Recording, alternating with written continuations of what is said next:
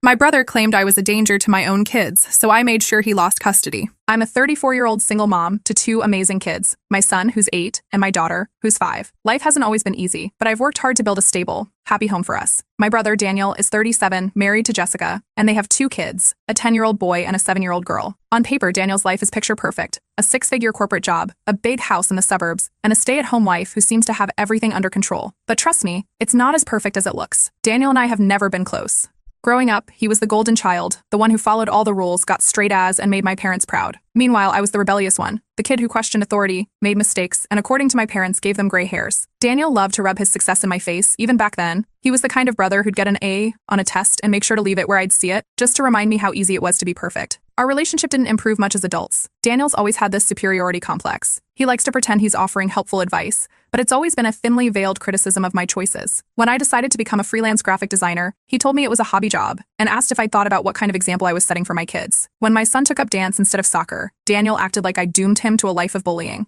And don't even get me started on the time he asked if I was saving for therapy because my daughter's favorite color is black and not pink. That's just Daniel. The most recent family gathering is where things really started to spiral. It was a backyard BBQ at our parents' house, a rare occasion where everyone showed up. My kids were running around with their cousins, laughing and having a great time. But of course, Daniel had to make a comment. Loud enough for everyone to hear. He said something about how I let my kids run wild, and how it's no surprise they never listen to anyone. I laughed it off at the moment because I've learned not to let him get under my skin, but I could feel the judgment from Jessica's side eye as she sat there, probably mentally comparing my parenting to her color-coded chore charts and screen time schedules. Daniel and Jessica are the definition of helicopter parents. Their kids aren't allowed to eat sugar, stay up past 7:30, or watch anything that isn't educational. Jessica is always posting these Pinterest-worthy pictures of their family game nights or homemade science projects, but their kids always look tired. It's like they're being raised in a pressure cooker. Meanwhile, Daniel acts like being a dad is a side hustle. He works long hours and spends most of his time at family events scrolling on his phone, only stepping in to bark orders or criticize someone else. About a week after the BBQ, my mom called me, clearly uncomfortable. She told me she'd heard from some extended family members that Daniel had been saying some pretty nasty things about me. Apparently, he'd been telling people I'm unfit to be a parent because I'm too lenient and that my unstable lifestyle is going to ruin my kids. He even hinted that someone should call Child Protective Services to step in before it's too late. I was stunned. It's one thing to criticize me to my face, but to go behind my back and say things like that, to involve CPS, that's a whole new level of betrayal. A few days later, my worst fear came true. There was a knock at my door, and standing there were 2 CPS workers. They said they'd received an anonymous report about unsafe living conditions and neglect. My heart was racing, but I let them in. They were polite but thorough, asking questions about everything from my kids' diet to their sleeping arrangements. They even spoke to my son and daughter, who, bless them, were confused but cooperative. After about an hour, the workers told me everything looked fine and they'd be closing the case. Still, the experience left me shaken.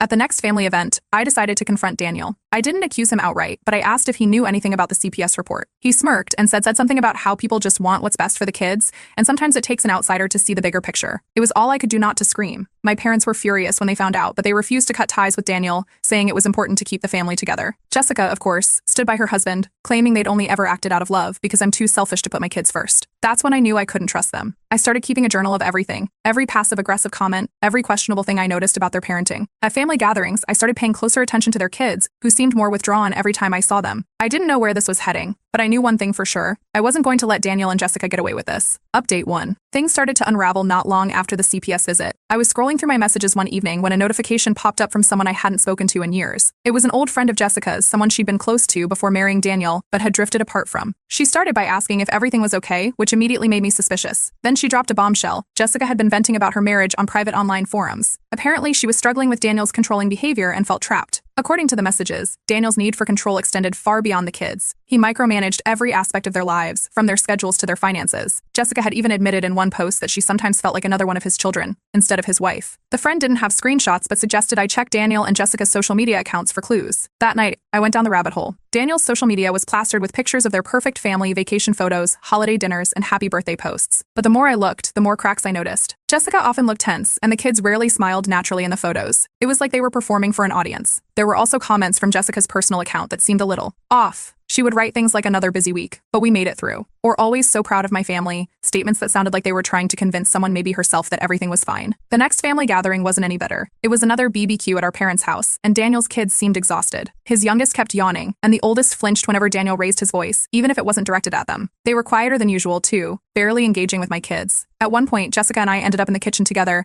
and she let slip that her oldest had been having trouble in school. They'd started seeing a therapist for anxiety, but Daniel thought therapy was a waste of time and only allowed it because the school recommended it. That caught my attention. After the BBQ, I decided to dig a little deeper. I reached out to a mutual acquaintance who worked at the kids' school. She didn't give me specific details, but mentioned that one of Daniel's kids had been struggling with anxiety, and a teacher had expressed concerns about the pressure they seemed to be under. The teacher also mentioned the child often seemed tired and on edge, which lined up with what I'd been noticing at family events. Around this time, I reconnected with Jessica's old friend, who shared more troubling stories. She told me that Daniel was known to yell at his kids when things didn't go perfectly. Jessica had once confided in her that Daniel's temper scared her, but she didn't feel like she could leave because she wasn't working and had no financial independence. The friend seemed genuinely worried, and so was I. Daniel must have sensed that I was paying more attention because he started ramping up his attacks. At the next family dinner, I had a single glass of wine with my meal. It was a rare treat since I don't drink much. Daniel, ever the opportunist, loudly commented on how I always have a drink in hand and made a joke about me being the family's resident lush. It was ridiculous, but the way he framed it made it sound like I was an alcoholic. I knew it wasn't just a jab, it was another attempt to undermine me in front of the family. After that, I started researching custody laws and what constitutes neglect or emotional abuse. It wasn't about revenge anymore. I was genuinely worried about my nieces and nephews. I began keeping meticulous records of everything. Every snide comment Daniel made, every detail I noticed about his kids' behavior, and even Jessica's subtle admissions. I saved screenshots of social media posts and started writing down things I overheard at family events. I debated anonymously reporting Daniel to CPS, but I decided to wait until I had enough evidence. I didn't want to risk having my report dismissed or, worse, tipping him off before I could make a real case. The final straw came at another family gathering. Daniel was in full performance mode, talking loudly about how his parenting style was the reason his kids were so well behaved. Then, out of nowhere, he announced that my kids were probably going to end up in juvie if I didn't parent better. The room went silent. I looked over at my parents, who were clearly uncomfortable but said nothing. Later, one of my cousins pulled me aside and admitted she believed Daniel was emotionally abusive to his kids, but was afraid to speak up because of how intimidating he could be. Not long after that, Jessica sent me a cryptic text. She apologized for Daniel's behavior, calling it unnecessary, but when I tried to respond, she quickly backtracked, saying she shouldn't have said anything and asking me to ignore the message. It was clear she was scared. At this point, I started noticing Daniel's hypocrisy more and more. Despite his hands-on dad image, he frequently worked late and left Jessica to handle everything at home. The cracks in his perfect facade were becoming impossible to ignore.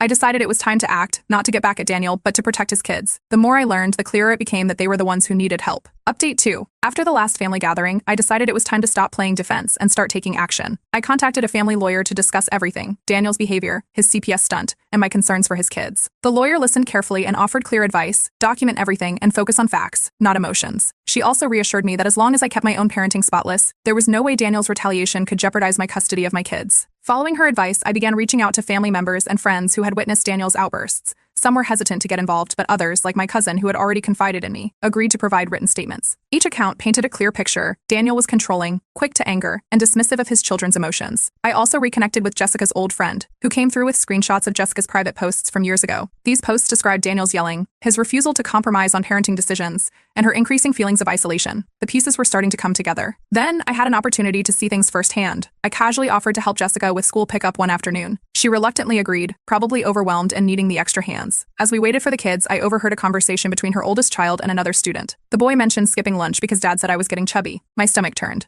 Later, I gently asked Jessica about it, and she admitted that Daniel had been obsessing over the kids' eating habits, even going as far as to remove snacks from the house entirely. That was the tipping point. I filed an anonymous report with CPS detailing everything I documented. I kept the focus on the kids, their anxiety, their apparent exhaustion, and the unhealthy pressure Daniel seemed to put on them. A few weeks later, CPS conducted a surprise visit to Daniel's home. While they didn't find evidence of physical abuse, they noted a high level of tension in the household and scheduled a follow-up. Daniel's carefully curated image was beginning to crumble. When news of the CPS visit got back to him, Daniel was furious. He confronted me at a family dinner, loudly accusing me of being behind the report. I denied it, keeping my expression neutral, and he stormed off. The rest of the family was left in an awkward silence, but I noticed a few of them exchanging knowing glances. It was clear that more people were starting to see through Daniel's act. The confrontation seemed to push Jessica to her breaking point. A few days later, she showed up at my house, visibly shaken. For the first time, she openly admitted how bad things were at home. Daniel's yelling wasn't just reserved for the kids, it extended to her, too. He criticized everything she did, from how she managed the house to how she handled the kids' schedules. She confessed that she'd been thinking about leaving him but didn't know where to start. I gave her a list of resources: women's shelters, financial planning services, and legal aid. I also encouraged her to keep her own documentation, texts, emails, anything that could help if she decided to file for divorce. Meanwhile, Daniel doubled down on his behavior. He pulled his oldest child out of therapy, calling it a waste of time and insisting that their problems could be solved with discipline. This only made things worse. Jessica's old friend, who had stayed in touch with me, shared more screenshots of Jessica venting about Daniel's decisions. The messages were damning, with Jessica explicitly mentioning how Daniel's actions were hurting their kids and how powerless she felt to stop it. I also reached out to the kids' teachers, framing it as a concerned relative wanting to ensure the kids were okay. Without prying too much, I encouraged them them to document any concerns they noticed. One teacher later mentioned offhand that they'd already been keeping notes after the oldest child broke down in class during a group project. Daniel's public persona started to crack. At the next family event, he lost his temper in front of everyone, yelling at his youngest child for spilling a drink. The room went silent as the child shrank back, clearly scared. My parents looked horrified, but no one said anything,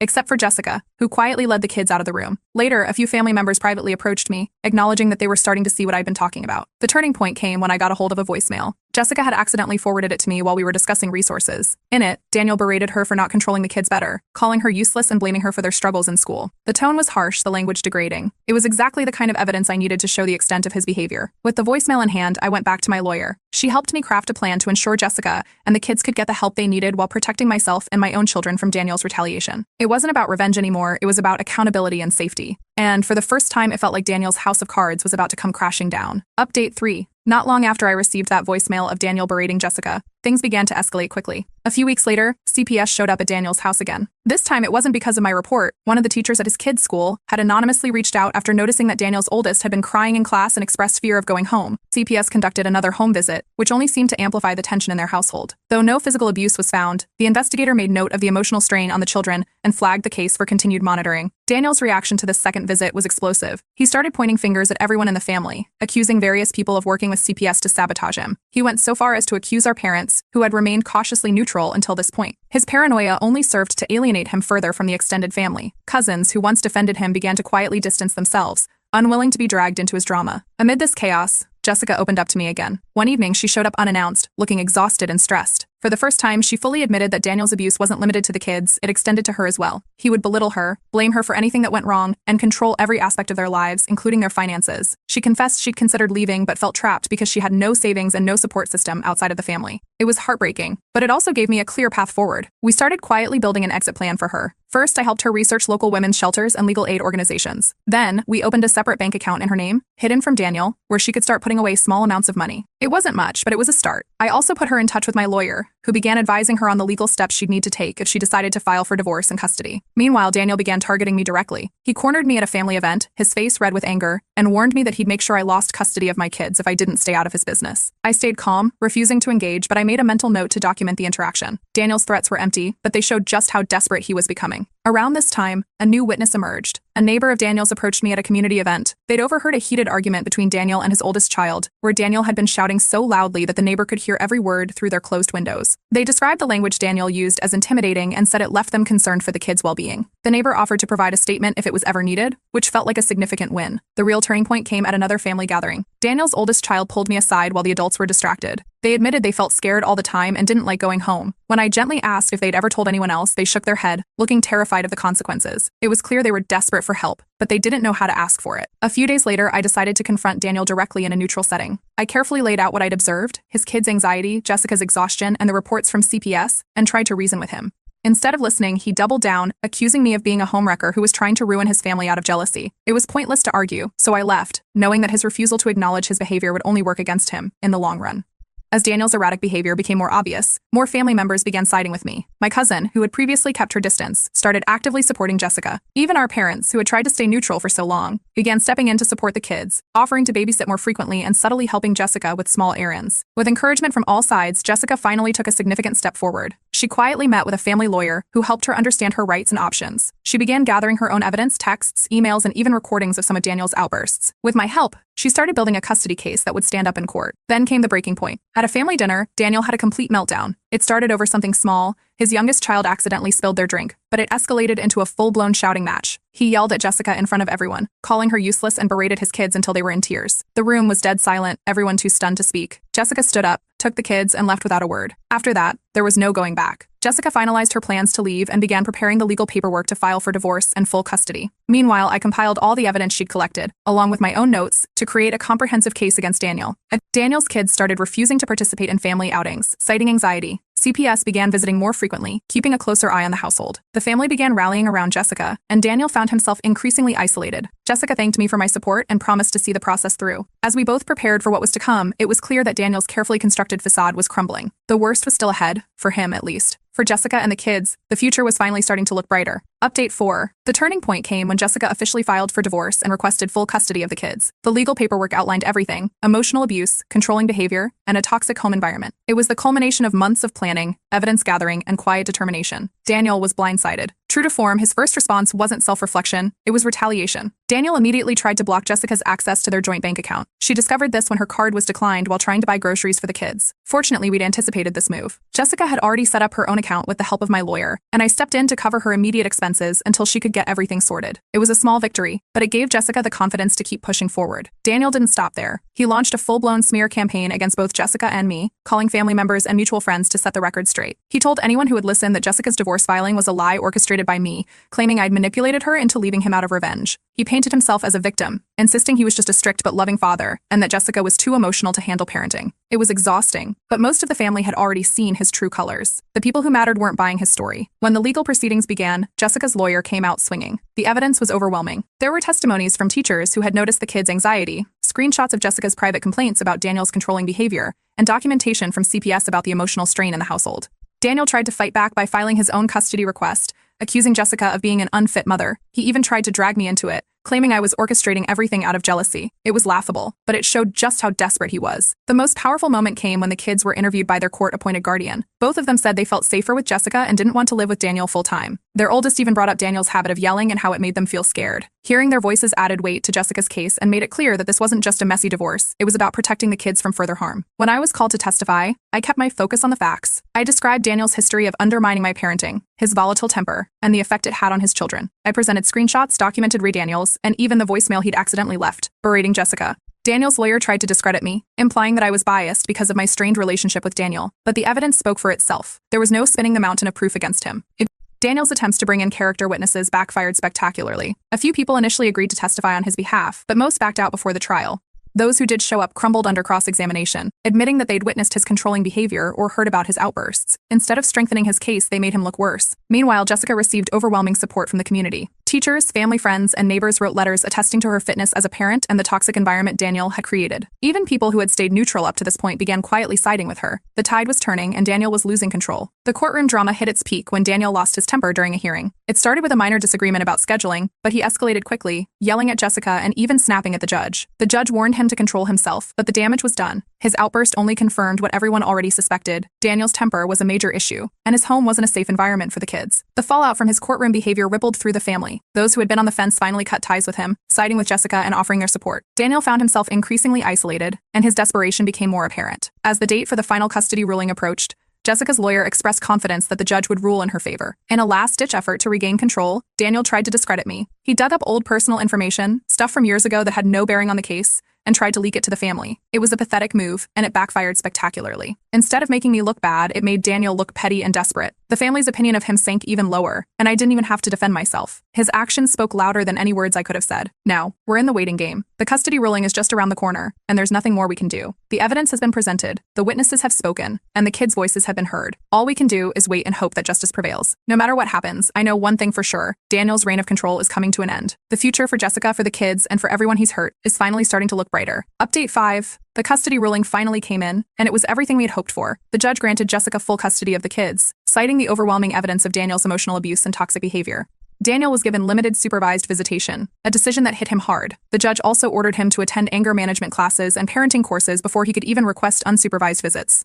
It was a clear acknowledgement of the damage he had caused, and it was the first real step toward protecting Jessica and the kids from his control. The aftermath of the ruling was not kind to Daniel. His reputation, already shaky after his courtroom meltdown, took a nosedive. The family and community that had once respected him now saw him for who he really was. Even his staunchest allies started to pull away. It was as if everyone realized at once that his strict parenting was just a cover for his controlling, abusive nature. Without his facade of perfection, Daniel was left isolated and humiliated. Meanwhile, Jessica and the kids began their new life. She moved into a smaller but cozy home in a nearby neighborhood, where the kids could stay in the same schools. The change was immediate. The kids seemed lighter, freer. Therapy became a regular part of their lives, and their oldest, who had struggled with anxiety and fear, started to open up more in school and at home. Teachers began reporting significant improvements in behavior and participation. The youngest, too, blossomed in the calmer, supportive environment that Jessica created. The ripple effect of the custody battle reached the rest of the family, too. Relatives who had stayed on the fence throughout the drama began reaching out to me, apologizing for not believing me sooner. They admitted they had brushed off my warnings about Daniel for years, But now, after seeing everything unfold, they couldn't ignore the truth. It felt vindicating, but it was also bittersweet. Their apologies came too late to undo the harm Daniel had caused, but at least they were finally taking accountability. Daniel, of course, couldn't let things go. He attempted to rebuild his image on social media, posting staged pictures of himself during supervised visits with the kids and captions about how much he loved being a dad. But the response wasn't what he hoped for. His posts were met with skepticism and, in some cases, outright ridicule. It was clear that his attempts to save face weren't fooling anyone. The community saw through his efforts, and his once perfect image was permanently tarnished. As for Jessica, she started thriving in ways no one could have predicted. With the weight of Daniel's control lifted, she began exploring her independence. She took a part-time job at a local boutique, something Daniel would have never allowed her to do before, and started thinking about going back to school to finish her degree. Her confidence grew day by day, and she became a role model for her kids in a way she hadn't been able to before. The resolution of the custody battle also had a positive impact on my own family. With the drama behind us, my kids no longer had to witness the tension that had hung over every family gathering for years. They started thriving in their own activities, and our home became a much happier, calmer place. It was a reminder of how much stress Daniel's behavior had brought into all our lives. One unexpected bright spot came from Jessica's old friend, the one who had initially reached out to me with the screenshots of Jessica's online posts. She reconnected with Jessica after the divorce, offering emotional support and even helping her navigate the early days of single parenting. It was heartwarming to see Jessica rebuilding her support network and surrounding herself with people who genuinely cared about her well-being. Daniel's struggles didn't end with his reputation. The financial strain of legal fees, child support payments, and court-ordered classes started to take its toll. He had to downsize his own lifestyle significantly, selling off the flashy car he used to flaunt at family gatherings and cutting back on the luxuries he'd once bragged about. It was a sharp contrast to the image he had tried so hard to maintain, and it left him with even less power to control Jessica or the kids. Eventually, CPS closed the case, declaring Jessica's home safe and stable. The kids were thriving, and there was no need for further intervention. Daniel, however, remained on their radar, with occasional check-ins tied to his supervised visitation.